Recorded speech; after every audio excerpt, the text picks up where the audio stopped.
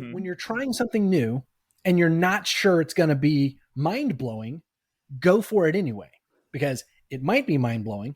Maybe it'll be mind-blowing for your spouse, and it's, who you could, take it or leave it. And maybe nobody likes it, and you take that one out of the jar and say, we're never doing that one again. That was fun in our mind. You're listening to Get Your Marriage On, the fun and spicy podcast, bringing you new tools and fresh ideas so that you can be the sexiest couple you know.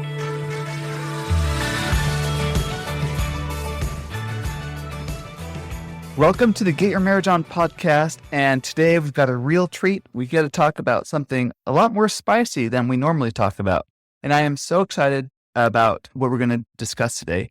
We're going to talk about how to sexually please a man. My guests today are Keelie and Austin Reason from Love, Hope, Adventure, and we're going to talk about why solid emotional connection is foundational to a healthy and adventurous sexual relationship. We talk about bedroom language, how amazing penises are, and how to pleasure them.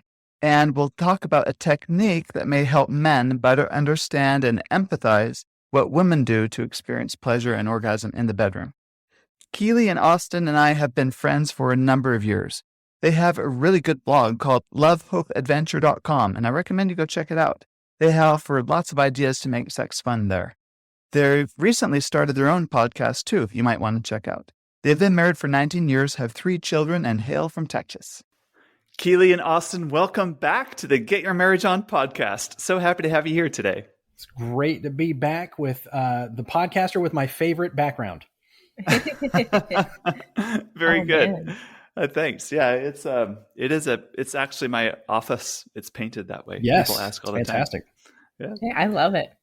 So to kick things off, and because we're going to have a really spicy discussion today, let's hear the most adventurous place you two have had sex that you're willing to share publicly. Adventurous place. We discovered a blind spot in our backyard. Not a current backyard, by the way. I was going to say, I'm not going to say where. But there's no blind spots here now. Yeah. So there was a spot that though it seemed very open and everything, there was no line of sight. And so that was, I think I may have discovered that one day and was like, hey, so, yeah. And I do get asked sometimes about tips for having sex outside. And I do try to tell people, hey, if you're trying to have sex outside, definitely look around and make sure, and it's okay. Keep a robe or a blanket with you in case something happens. But if you have kids at home, you are definitely running a risk having sex out. Until they're at school. Yeah. There has to be a very, very particular set of circumstances involved. Things. That's great. Today, I want to talk a lot about, we do a lot of episodes on how to sexually please a woman, but we don't have a lot of material on how to sexually please a man. So I want to dive deep into that today. And I believe I believe in order to talk about any discussion of pleasure, that it really starts with having a solid and healthy emotional connection as a foundation for good sex. What are some of the 2 things that you two do to build a healthy emotional connection so that you can enjoy great sex? I mean, first of all, I can't stress that enough. I can't even wrap my head around a sexual relationship outside of this relationship. And I don't know, maybe that makes us old fashioned or whatever. But for us, there's an entire life. There's not just, a session of sex. There's an entire lifetime of relationship that comes along with us into that experience. So I would say one of the things that we have always done is talk just a lot, because that's a foundation of our relationship. And so in the last 2 years, I'd say one of the places that has manifested is in going for walks around the neighborhood. And we step out the front door, and we're going to be gone for, 45 minutes to an hour. And we're going to talk about what's going on with the kids, what's going on in the business, what so-and-so said the other day. Yeah. I mean, it ranges all over. And it's a fantastic way for us to just sort of check in, and keeps us, connected and communicating. And it does build that emotional intimacy that I think is so important in leading up to sexual intimacy. Gotcha. So you're just good friends. You're a good friend to each other. Yes. That's cool. I was going to just chime in 1 second and say that I have a lot of people, and I want to caveat this whole discussion for men who are listening, who are getting super excited about going to their wives with all of this. Yes. Uh-huh. I have a lot of men write into me, and they are just at a loss as to why, like, maybe the sexual intimacy in their marriage is suffering. And they think that new techniques and new tips and new things will be the thing that breaks it. And they just totally are missing the relational aspect. Yeah. Because maybe for them, they equate the romance part of the marriage, which is that sex. And they don't get it because their wife, like, well, she doesn't want to do this. I don't understand, And I just always try to help them understand that you have to communicate in a way that she understands. First of all, that this is a form of intimacy for you. And she may not even be seeing it like that. So I always encourage people to go to your spouse and say, what is it that we do that makes you feel most connected to us, to me? Like, what is the thing? Because you might be doing something or not doing something that will drive that connection with her, and you're missing it. And after you allow her to explain that, then you can share, okay, when we're having sex and we're being intimate with each other, and I feel like you actually want to be here, that is how I feel intimately connected to you. Right.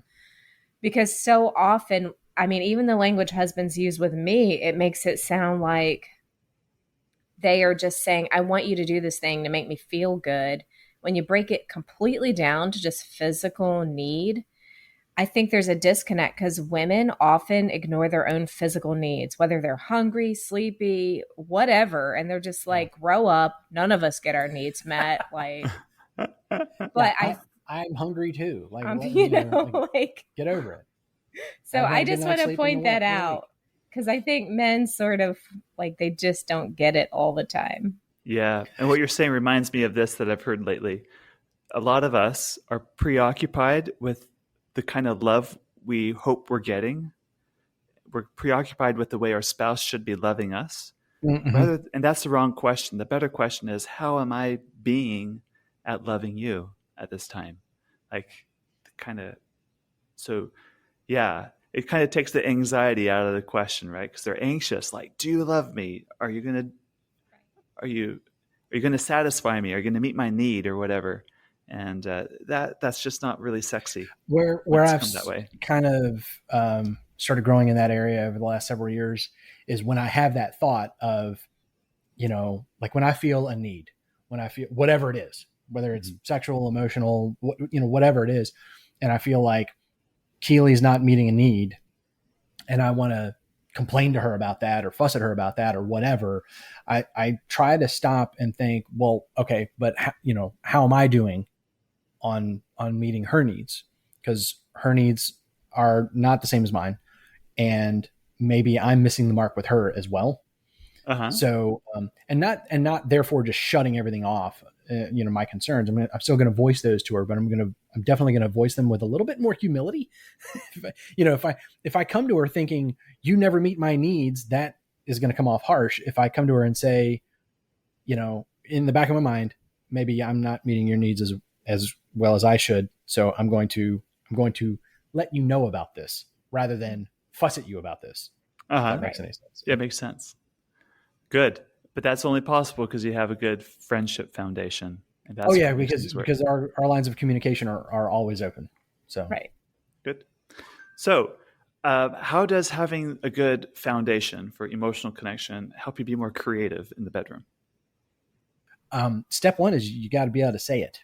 And you got to be able to say it out loud with your spouse in the room. Yeah. Hopefully while looking at them, everybody was, has a different experience, but depending on how you grew up, that can be very, very difficult. It can be very difficult to say certain words, to express certain desires, to even broach certain topics can be like, ooh, is that, is that taboo? Is that too far? And I think Keelie and I kind of had, I feel like we had a point several years back where we both just sort of, I feel like we may have even had a conversation where we decided we're just allowed to say stuff to each other. Mm-hmm. Like in this context, like when it comes to sex, like if it feels awkward, say it anyway. And don't be worried. Like I don't worry that I'm going to say something in the realm of sex that's going to like bother her, offend her, something like that. Whereas I might not say it, in a public conversation. Yes. I'm allowed to say it in the bedroom. That's where it's supposed to be said. So you could be more unapologetic and own your sexual desires around Keelie. Correct.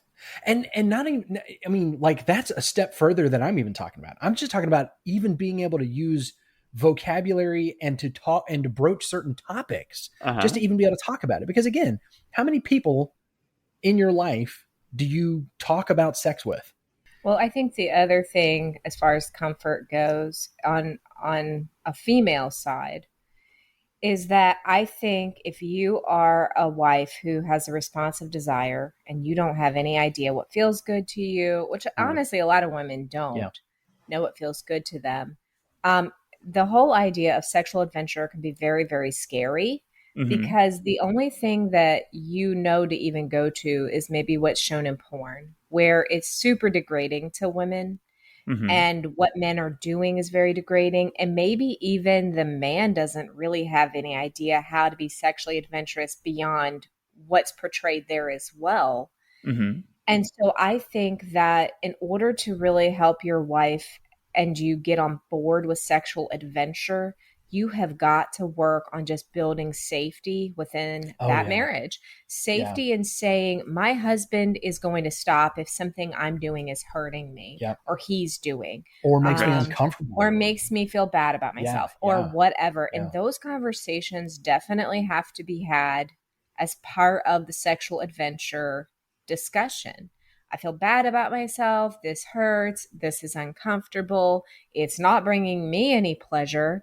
And I don't want to just sit here and grin and bear it. I think that couples have to agree on that. Like if one of us is just holding our breath, waiting for this to be over, this is bad. Right. And we've got to stop having that. So whenever people are building sexual adventure, I always just encourage them to minimize bad sexual experiences as much as possible. So like, you try something or you start doing something and it's not going well and it's creating a bad experience. Okay, well then that's not something you should be trying, or at least come at it a different way, because it just unfortunately will end up hurting later on, because it's like, well, we tried that adventurous thing and that was a bad experience for me. Yeah. And I was going to say, if in your relationship, as is common, one of you is an adventurer and one of you is not. Mm-hmm. And by the way, this can flip flop depending on the topic you're talking about. Finances, travel, sex. You might have one person who is, let's go hike the Grand Canyon.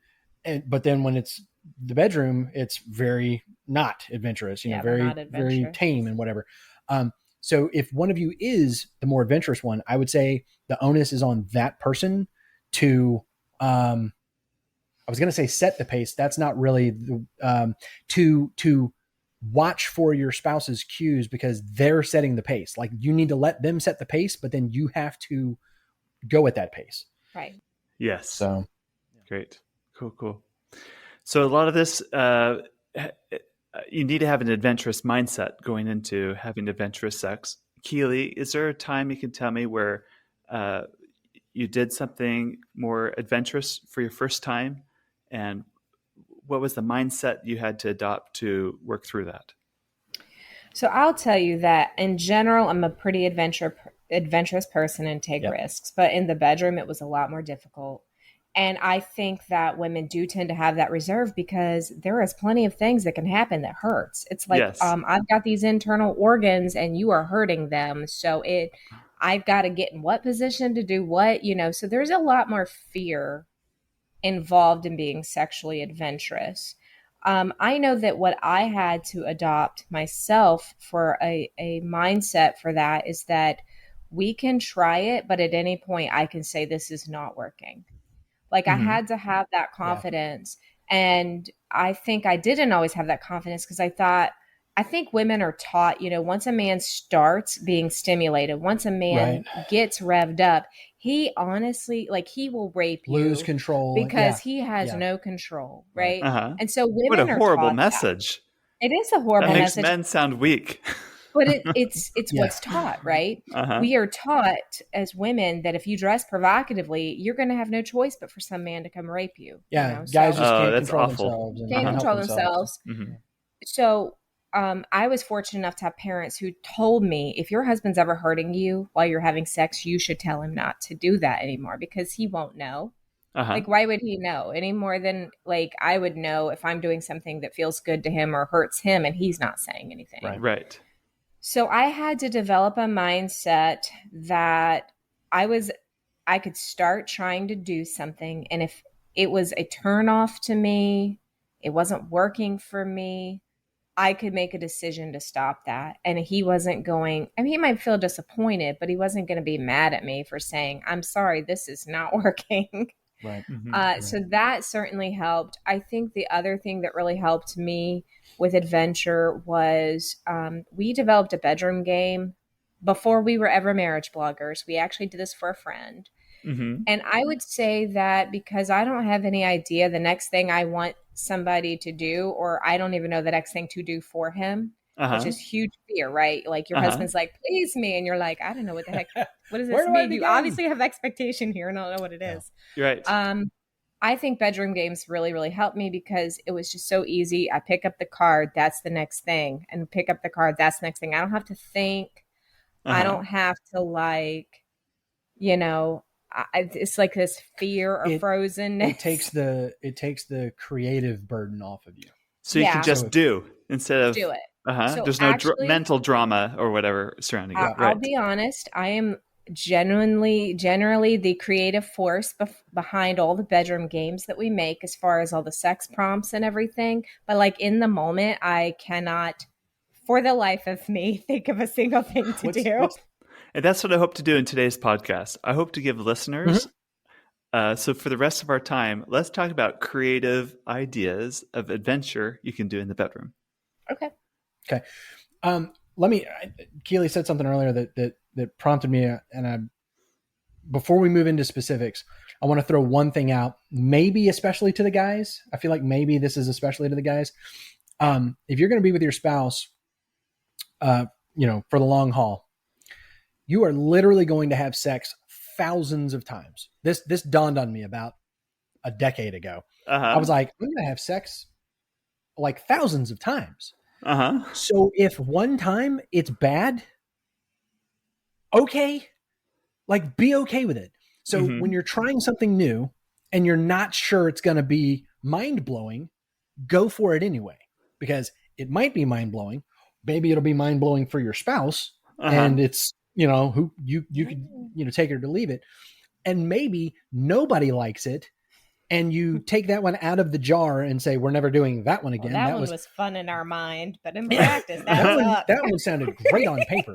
But that really frees you up to say, to take some risks and to be adventurous.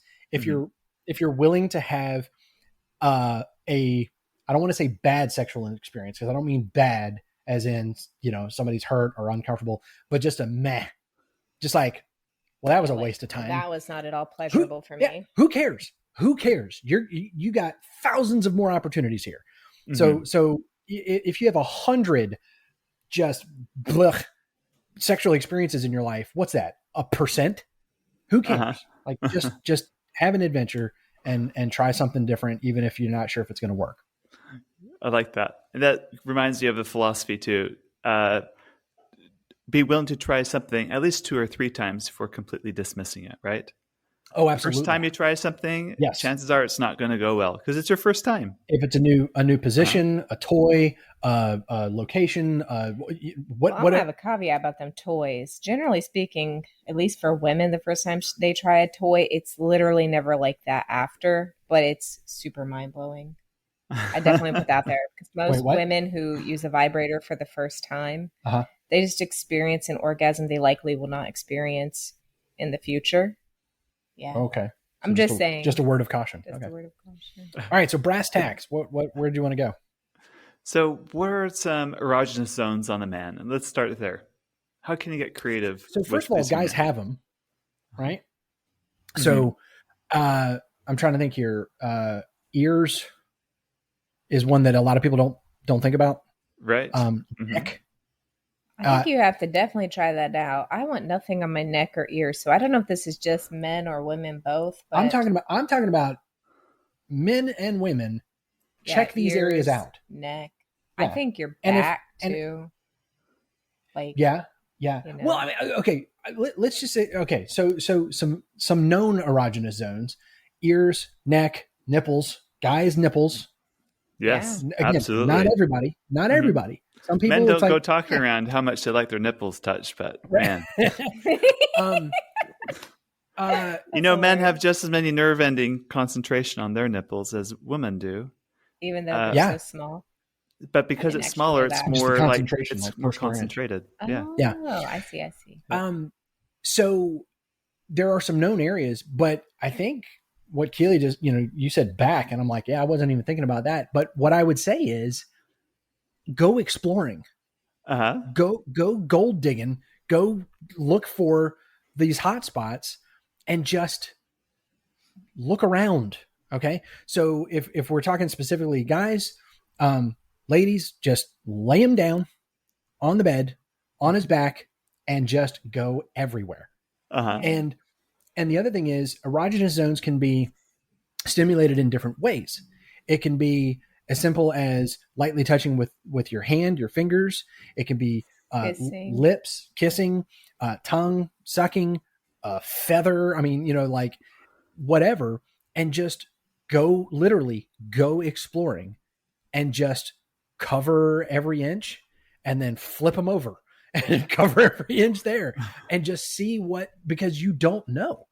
You don't know. I would say that they tend to be areas that aren't often stimulated, right?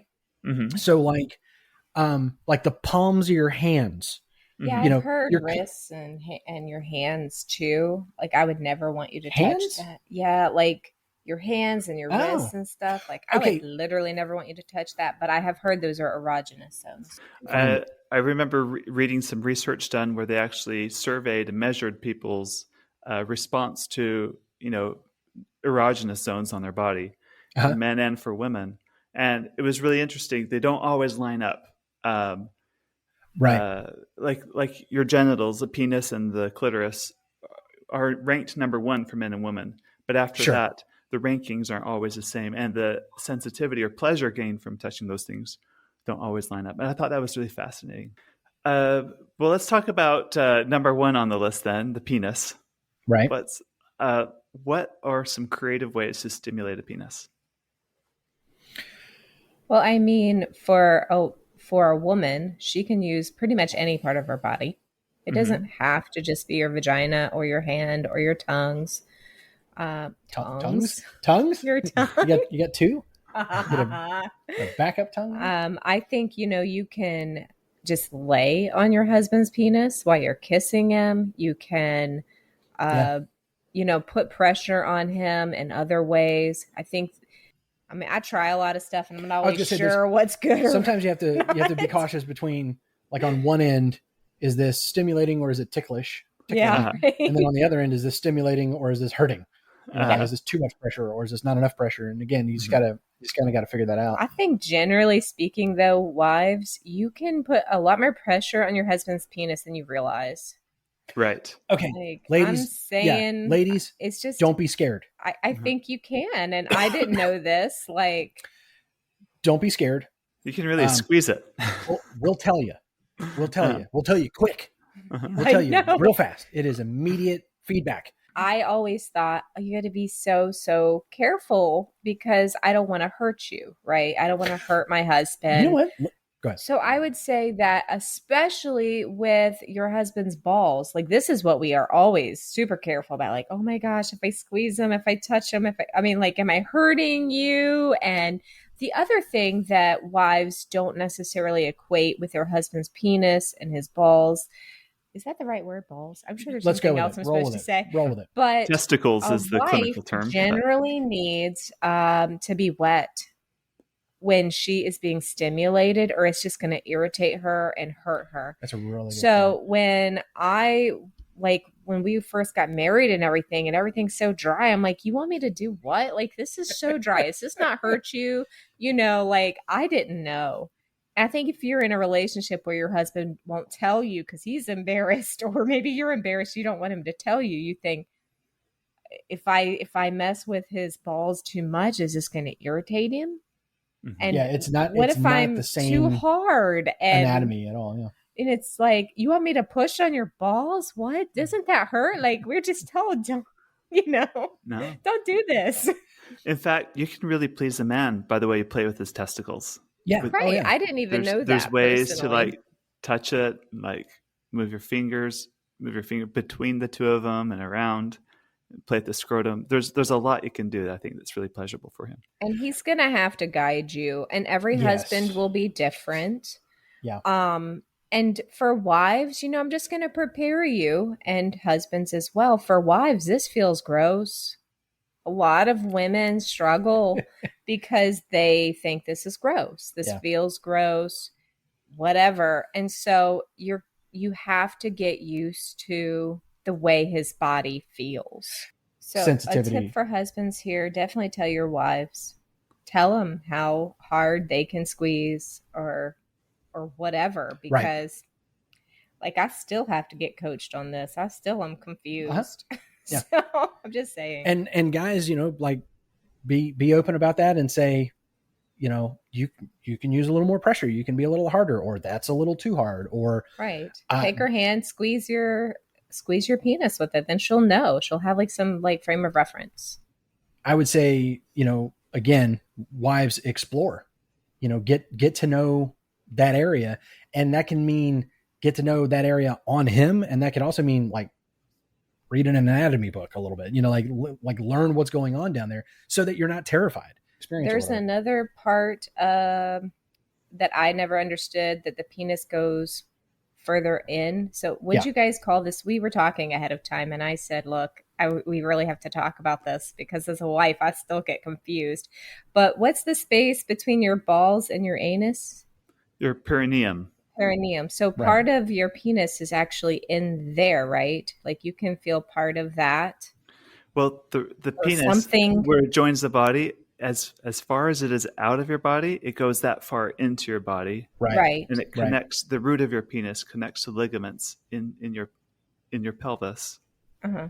But the perineum is the part outside of the body. And if you put a lot of pressure there, you can put pressure on the prostate, and which feels really good for a lot of men when they're aroused. Right. Or also, like, you can couple pressure in the perineum with, like, while doing a hand job or a blow job.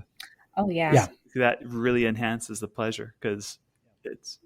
And one thing that can also do that, part of what's going on there with that pressure, like you said, there's some internal stimulation there, but it's also, so getting back to anatomy, that spongy non-muscle, as we were saying, there's blood flow in there, and that swells that up, and that's what causes the erection. And so, putting that pressure there it's kind of like if you squeezed one end of a water balloon. So you're saying it makes it more erect? Yeah. Puts more blood in there? Yeah, it's gonna push blood, or put sort of like a back pressure there, and kind of intensify things there as well. So that's part of what's going on there. And that's part of why sometimes you might think your husband looks bigger or longer or harder because depending on the level of arousal, or their blood pressure that day. There's lots of different things that can affect it, the amount of blood flow into the penis can cause varying levels of rigidity, of length, of girth, like all these kinds of things, because there's more or less blood flow going on there. Learning all kinds of things about the penis today. Well, getting down to brass tacks of putting pressure on that part, I think that for a wife, using your thumbs is a very good way to do that. Because you might be like, well, I mean, my hand is entirely too large to get down here. What am I supposed to do? Right. You can use your thumbs while giving your husband a blowjob. I don't know about a hand job. That might be a little harder to negotiate. Just got to get in the right. Yeah. It's got to get the right spot. You're just going to have to try something. Think outside the box, try something a little bit different, and just get creative and say, I'm going to try this out, Let's talk about the frenulum of the penis.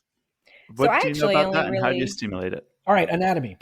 The frenulum, I first heard that word in the dental world. It's in your mouth, actually. You have a frenulum. You have three.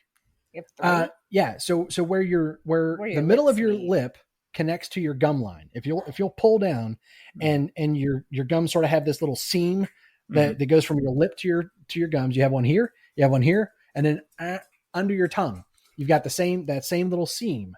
That's what a frenulum is. It's that formation, that piece of anatomy. And men have this. And on their penis. Yes, on the end of their not penis. Just their mouth. Yes. Men have this on the end of their penis, where the head, the glands of the penis, has sort of that, I guess, mushroom shape on, kind of comes to a seam of a sort. That structure there, that whole area there, is a tiny little bundle of nerve endings. Is this the same on men who are not circumcised? I was getting there because I don't actually know the answer to this. What this is? Okay, anatomy again. I don't have a frenulum here anymore because I had surgery done. I had a gum graft, and part of what they did while they were there is they got rid of this connection here for me.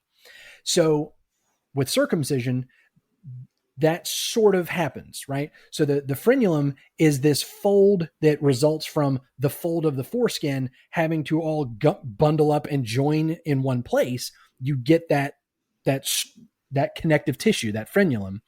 And so depending on, how your circumcision was done, if you're circumcised, you can have a more or less pronounced frenulum. Because of, it all depends on where that cut occurred. The foreskin is the densest nerve ending collection for guys. Correct on that one, Daniel? I'd say the frenulum area is. Okay. Right. So yeah, the foreskin, including the frenulum, the foreskin has a higher concentration of nerve endings, with that sort of culminating in the frenulum. And so with that being gone, guys that are circumcised may notice you have some scar tissue, maybe a little bit below the head of your penis, that is where that cut happened. And for some guys, with varying degrees, depending on how the circumcision was done, that area can be very, very sensitive. And that is because that is the remainder of that foreskin. So that area, all as it connects up into the frenulum, is a very densely packed bundle of nerve endings. Can you guys tell me which side of the penis the frenulum is? I cannot. I think a wife will really benefit from that. Is that the part that you're looking at, or towards the husband? Mm-hmm. It's on the underside of the head of the penis. Right, For a woman looking on, it would be the side facing. Yes. Right. See, I really do like talking about the frenulum position, because I have had a lot of male readers be like, I didn't know what this was. Yeah. I didn't know that there was a way to stimulate this. And, thanks for educating me. And yeah, I think it's really awesome, because this is kind of educating men on their own body, which I feel like we don't have to educate men as much on their own body as we do women, but this is one of those areas. Right. So with so many nerve endings on the frenulum, it's almost like the clitoris of a man. Yeah. Right. The way you stimulate a clitoris for a woman is similar to stimulating the frenulum for men, or can be pleasurable. And you've talked about this, but can you share some of the tips that other men have offered, or what you've learned about this type of stimulation? So Because a man can orgasm just from a lot of stimulation on this spot alone. Absolutely. So I like to share for women about this, because I think that the giving your husband a blowjob can be a little daunting for women, because, oh my gosh, I have to keep my mouth open and my jaw hurts and all this stuff. But when you are stimulating your husband's frenulum, it does not require you to, put his entire penis in your mouth. This is what we think we have to do. So you would actually just be using your tongue the same way if he was giving you oral sex. And so Yeah. I think this is actually kind of a cheat code for women, because we know what we want you to do to our clitoris. So you can just think in your mind, I'm going to do that same thing to his frenulum. Huh. It makes it a lot easier, because when you're trying to figure out, well, how do I physically please my husband? We don't have the same feeling, and it's not the same for us. Can't read each What other's do mind. I do? I thought it was very easy to just think, okay, if I was having my clitoris stimulated, I would do this. This would feel good to me. And that is what a wife can do to help her husband feel good. Now, there are things men have to do as well. This is different, I think, for men, because it can, I've been told by my readers, it can become very sensitive if they aren't careful, and it takes a long time. It's just like a completely different orgasm experience for men. So I had a reader tell me that he shared the article with his wife, and they had a 2-hour nap time for their baby, and they decided to go all in. And he said it took about 30 minutes. She did nothing but rubbing and tickling and teasing that area. And eventually he just got to the point where he orgasmed, but it was so deep. The orgasm was so deep. He said it almost kind of hurt, but it felt good. Mm-hmm. And I think that probably for men, this is a closer representation of what your wife experiences during orgasm. Mm-hmm. I at least I think. I don't know if wives can ever have that. I've had another man say that they've been experimenting with it for a while. So it wasn't like they did it the first time and he orgasmed. So I think that's really important to mention. He said that there were some times of frustration trying to reach orgasm this way. And eventually, when they did figure it out, he had to relax. Don't do all of the things like your body naturally does. Like when you're trying to orgasm as a man, I think you're like clenching a lot of muscles. But the biggest thing here is you have to relax. Yeah. And, you don't have to go as hard. A wife does not have to put as much pressure here or go as fast or go as hard. It's surprising to them. But if the husband will relax, it allows them to actually build up this arousal, which I think this is why that orgasm is so. I was going to say it's like, it's a whole different experience. It's a different type of experience. Yeah. Because all of the stimulation is different.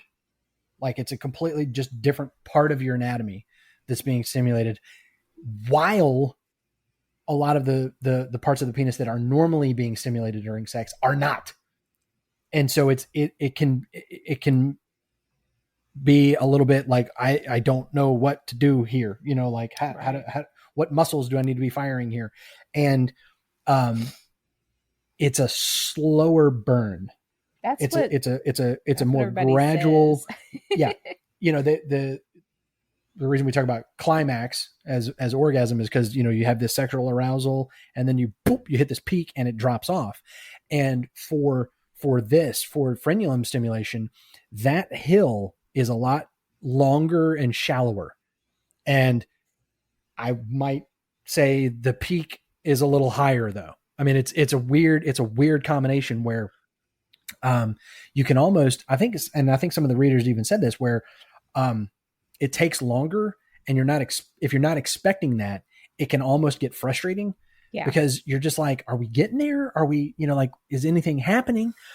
And what's crazy is like hang in there, because you can go from like, you know, like if we're going to say a 1 is just starting out and a 10 is orgasm, you can be like at a 1 for like 10 minutes. And then all of a sudden you're like, now it's a 5. Husbands, now you can understand what your wife is dealing with. Yes, absolutely. Exactly gave me so much appreciation for that. It's a whole different experience. So you've got to learn how to do that. It's like learning how to have sex all over again in some regard. Maybe not that drastic, but it's a lot different process. That we've been told by our readers is that if you are a man with ED, that this is actually really good for you, because you don't have to be erect for this to feel good. Right. So I think that's hugely encouraging. Like he's saying this person to said even climax, right? Yeah. This person says frenulum stimulation is perfect for male with impotence, a very limp penis. Oral can be very difficult on a limp penis, obviously.